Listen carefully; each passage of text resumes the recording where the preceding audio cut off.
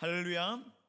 주님의 은혜와 평강이 오늘 예배 가운데 나오신 우리 모든 성도님들의 삶과 또 가정 위에 가득하시기를 주님의 이름으로 축원합니다. 아멘. 우리 옆에 계신 분들과 함께 또 따뜻하게 눈을 맞추면서 이렇게 인사를 했으면 좋겠어요. 참 잘 오셨습니다. 당신은 하나님의 큰 축복입니다. 참 잘 오셨습니다. 당신은 하나님의 큰 축복입니다. 여러분, 5월은 참 특별한 날입니다. 바로 가정의 달이다라고 이야기를 하죠. 지난 5일 날은 어린이날, 그리고 8일 날은 어버이날, 그리고 다가오는 21일은 무슨 날인지 아십니까? 21일 부부의 날이죠. 부부의 날. 둘이 하나가 된다라는 의미로 부부의 날이랍니다.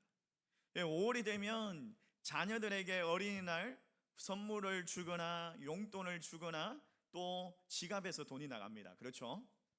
그리고 어버이날이 되면 또 감사의 용돈을 챙겨드려야 됩니다.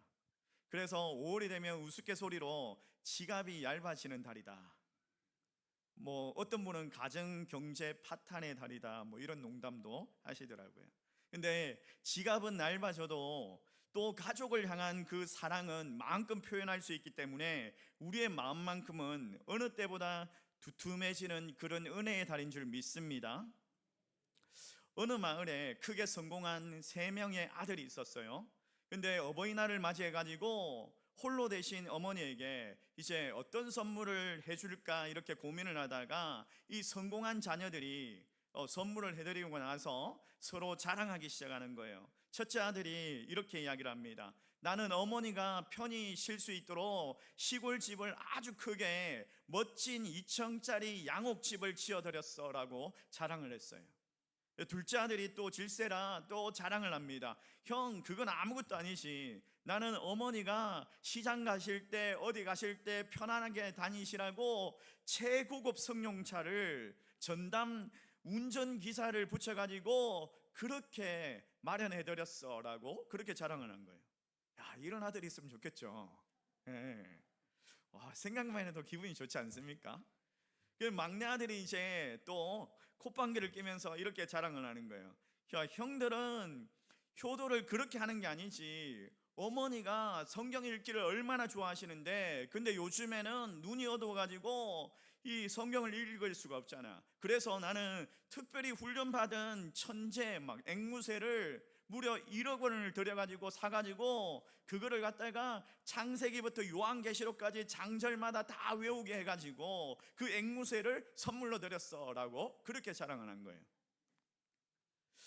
재밌죠? 얼마 후에 이제 선물을 받으신 어머니가 이 세 아들에게 각자에게 감사의 편지를 보냈어요. 첫째 아들에게 편지가 답장이 이렇게 왔어요. 아들아, 너무 고맙다. 근데 집이 너무 커가지고 청소하기가 벅차가지고 어차피 나는 방 한 칸만 이렇게 쓰고 있단다. 좀 아쉽죠? 둘째 아들에게 또 편지가 왔어요. 아들아, 그래 고맙다. 근데 나는 무릎이 너무 아파가지고 어디 나갈 수가 없어가지고 그 비싼 차가 마당에 서 있고 운전기사는 놀고 있단다. 그리고 막내 아들에게 또 편지가 왔어요. 막내 아들에게는 이렇게 써 있는 거예요. 막내야, 역시 내 마음을 잘 알아주는 거는 우리 막내밖에 없구나. 그렇죠? 어머니가 성경을 읽을 수 있게 이렇게 해줬으니까. 근데 내가 보내준 그 새가 푹 구워가지고 맛있게 잘 먹었단다. 여러분, 우리 자녀들이 수천만 원, 수억 원을 들여가지고 대단하게 효도를 한다라고 생각을 하지만 정말 우리 부모님들의 진짜 마음, 그 마음을 헤아려 주는 것이 이토록 어렵다라는 그런 이야기예요. 1억짜리 천재 앵무새도 어머니의 눈에는 그냥 몸보신 백숙거리 정도로 그렇게 보일 수밖에 없었던 거예요. 그래서 오늘 우리가 기억해야 할 것은, 여러분, 참된 효도는요 거창한 선물이나 비싼 선물 이런 것이 아니라 그런 것도 괜찮지만은 부모님의 마음을 깊이 헤아리는 데서 시작한다라는 것을 우리는 기억해야 합니다. 그리고 우리가 어버이날에 즐겨 부르는 동요가 있죠. 어머님의 은혜, 아십니까? 어머님의 은혜. 이게 원래는요 어린이 찬송가에 있던 찬송입니다. 찬송. 감리교의 그 유병춘 목사님께서 이북에 두고 온 그 어머니를 간절히 그리면서 지었던 찬송시예요. 우리가 알고 있는 건 1절과 2절이죠. 우리 같이 한번 불러볼까요? 같이 한번 불러봅시다.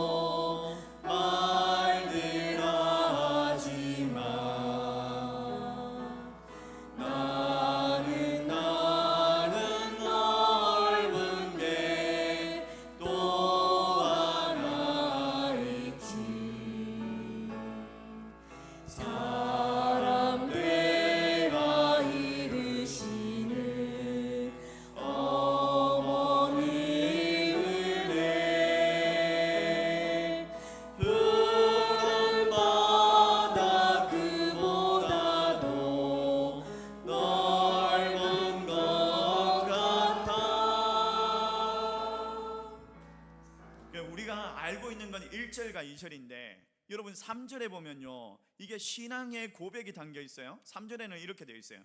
산이라도 바다라도 따를 수 없는 어머니의 그 사랑, 거룩한 사랑, 날마다 주님 앞에 감사 올리자. 사랑의 어머니의 주신 그 은혜를, 이러면서. 근데 이 찬송이 초등학교 교과서에 실리면서 종교적인 이유로 3절이 제외되었어요. 그 뿌리는 분명히 하나님에 대한 감사와 고백이 있었던 거죠.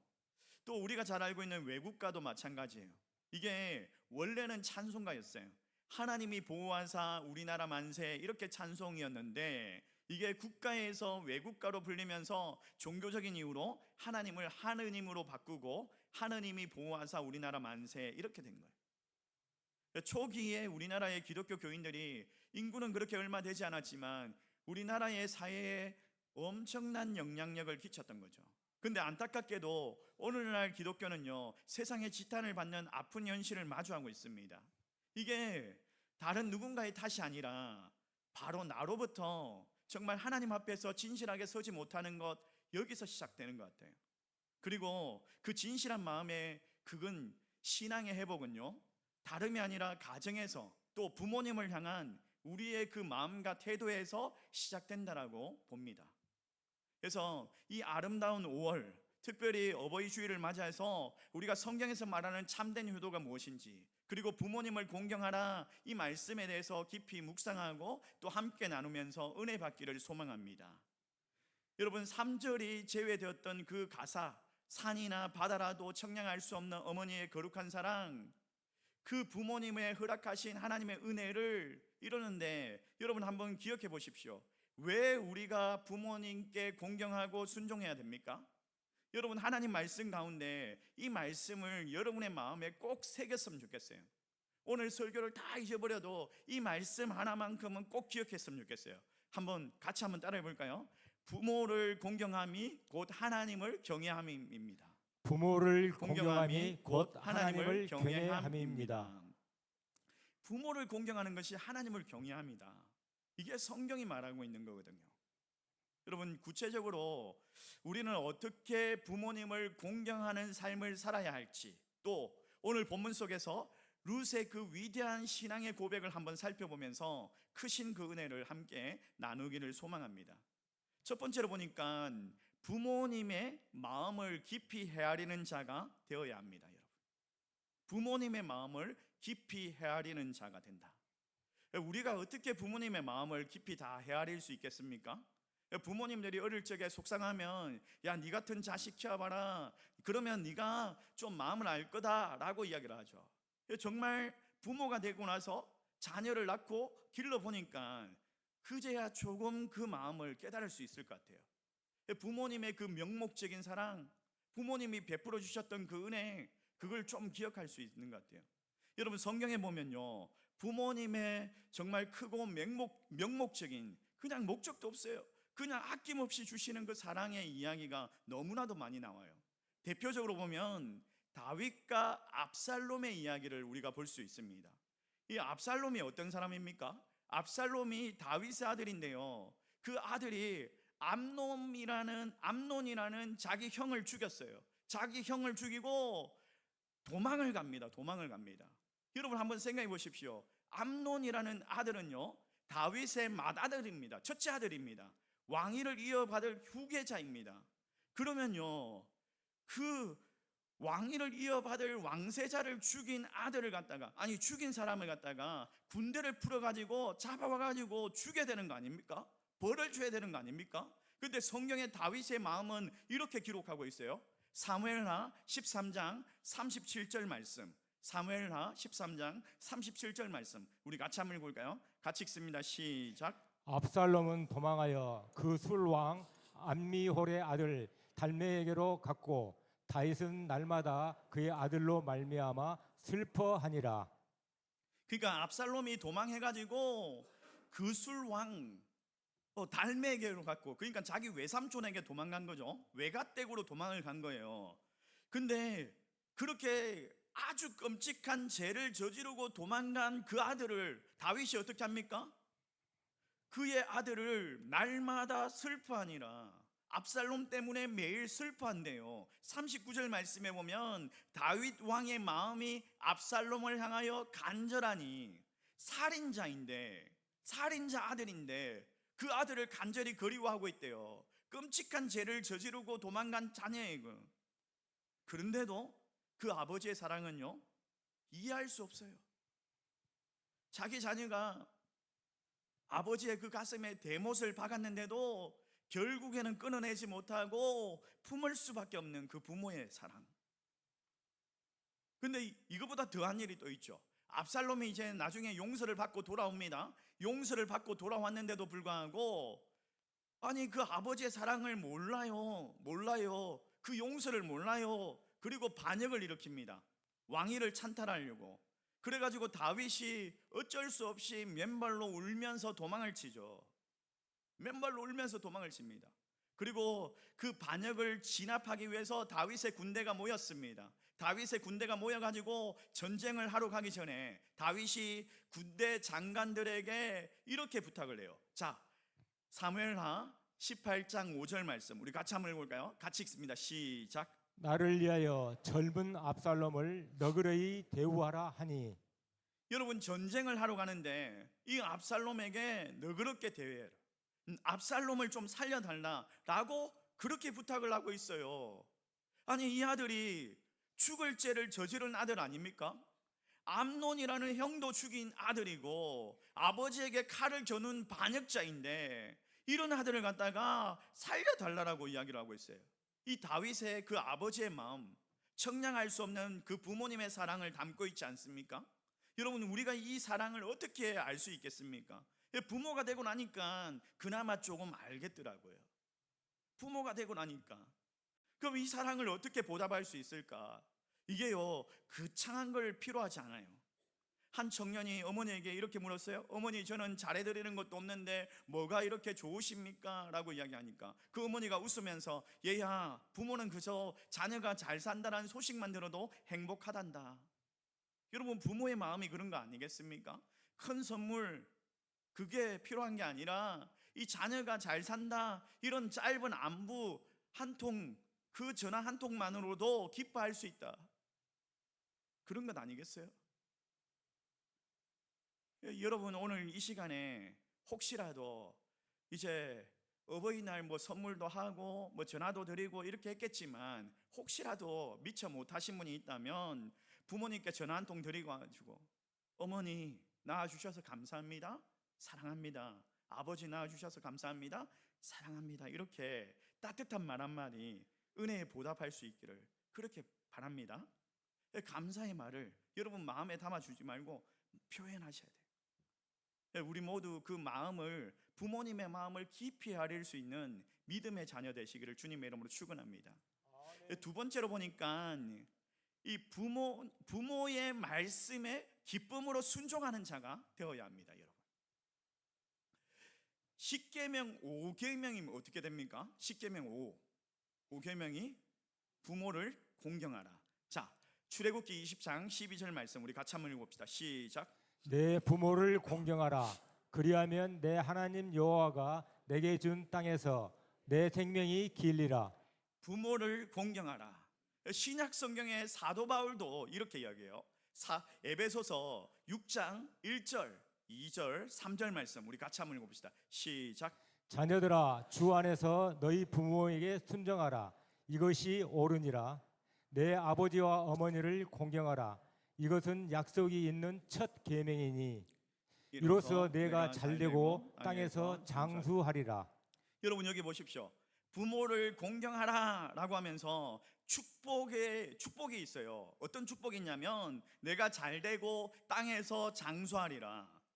내가 준 땅에서 내 생명이 길리라. 이런 축복이 있어요. 근데 축복의 전제 조건이 있습니다. 우리는요, 이 축복의 전제 조건은 보지 않고 그냥 축복만 봐요. 축복만. 여러분 성경을 볼 때에 축복의 전제 조건도 분명히 봐야 되거든요. 근데 축복만 보고 내가 잘되고 땅에서 장수하리라 이것만 보고 그것만 주세요라고 이야기를 해요. 전제 조건은 행하지 아니하고 순종하지 아니하고 그건 안 된다. 여러분 조건이 뭡니까? 뭐라고 이야기해요?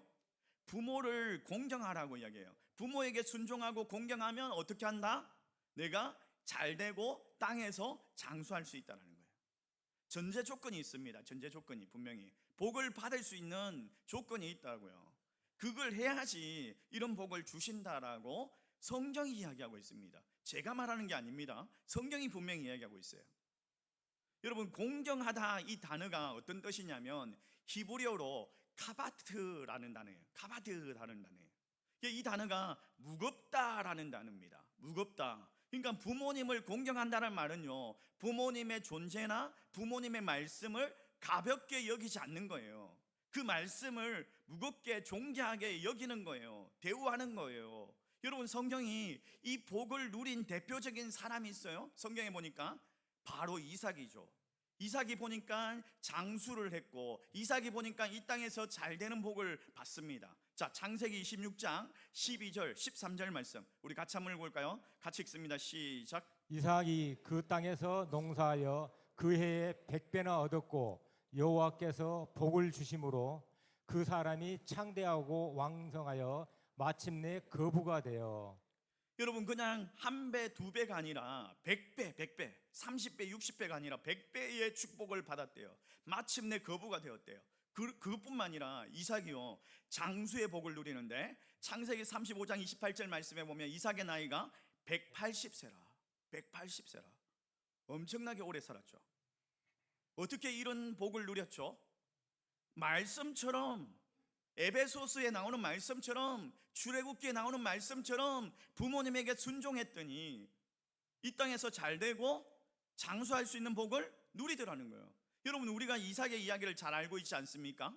하나님께서 아브라함에게 하나뿐인 이삭을 하나님 앞에 번제로 바치라고 합니다. 근데 그때 나이가 이삭이요 20세 혈기왕성한 그런 청년이었어요. 추정컨대 아브라함은요 그러면 100세 아이를 낳았으니까 이삭이 20세면 아브라함은 120세 노인입니다. 노인.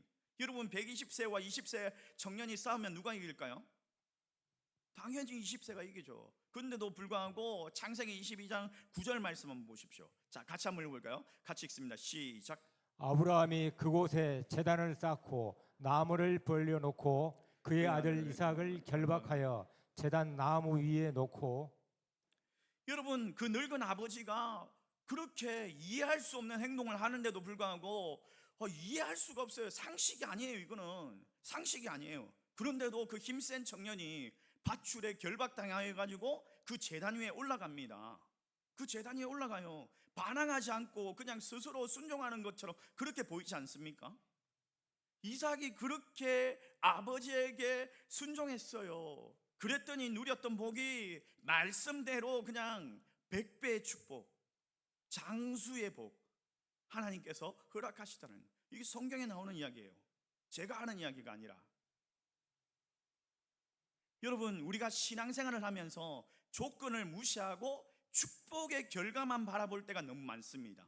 이 땅에서 잘되고 장수하려면 먼저 부모님께 순종하고 공경하라, 이게 성경에서 말하는 조건인데, 그거는 잊어버리고 이 땅에서 잘되고 복받는 거, 이것만 생각하면 안 된다. 또 마태복음 6장 33절 말씀에도 조건부가 있죠. 자, 같이 한번 읽어볼까요? 같이 읽습니다. 시작. 그런즉 너희는 먼저 그의 나라와 그의 의를 구하라. 그리하면 이 모든 것을 너희에게 더하시리라. 하나님께서 우리에게 모든 것을 더하여 주신대요. 더하여 주시기를 원하시죠. 근데 전제 조건이 있어요. 뭐라고요? 먼저 그의 나라와 그의 의를 구하라. 축복의 순서가 있더라는 거예요. 축복의 순서가 있습니다. 오늘 말씀에 우리가 기억해야 될 거, 가바드, 부모님을 가볍게 여기지 마라. 그 권위를 존중하고 기쁨으로 순종하고 무겁게 여겨라. 이게 참된 효도입니다. 온전하게 순종함으로 약속된 그 축복을 누리는 저와 여러분 되시기를 주의 이름으로 축원합니다.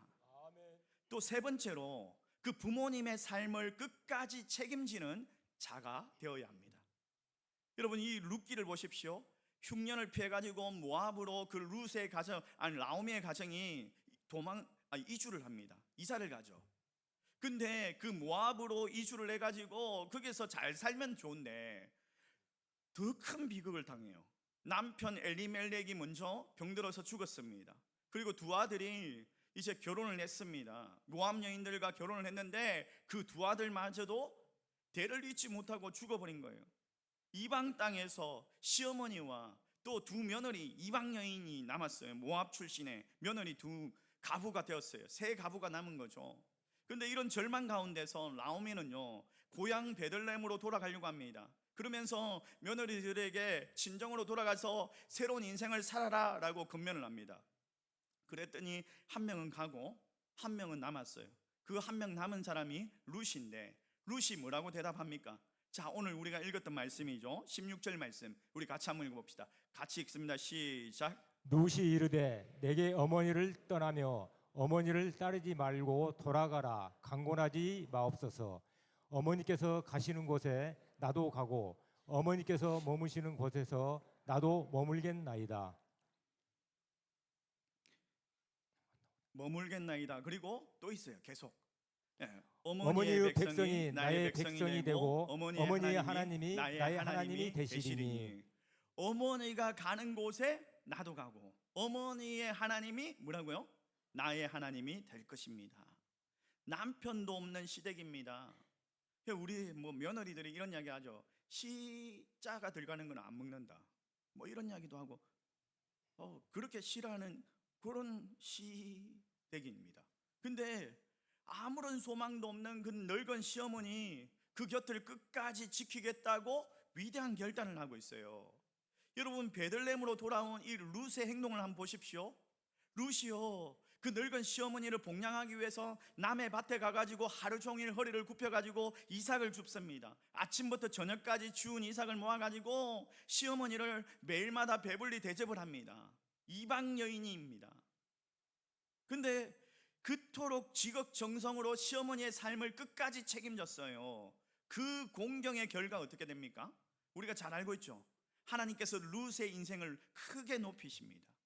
그의 유력자였던 보아스를 만나게 하시고 가정을 이루게 하시고 훗날의 다윗 왕의 징조모가 되게 하시죠. 자, 마태복음 1장 5절 말씀 우리 같이 한번 읽어봅시다. 시작.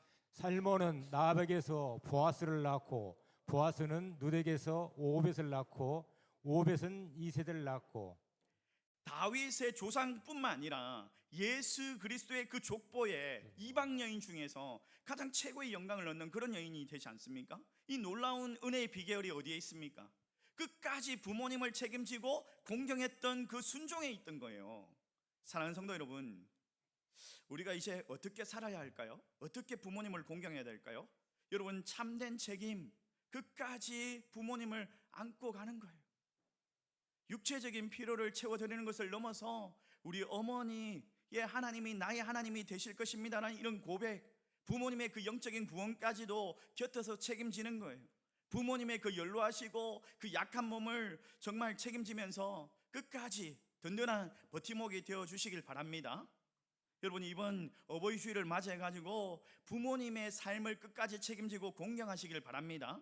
그래서 룻이 받았던 그 위대한 축복과 은혜가 여러분의 가정과 여러분의 자녀들에게 또 가문 대대로 그냥 흘러넘치는 그런 축복이 임할 수 있기를 주의 이름으로 축원합니다. 말씀을 정리하도록 하겠습니다. 어느 작은 마을에 큰 불이 났어요.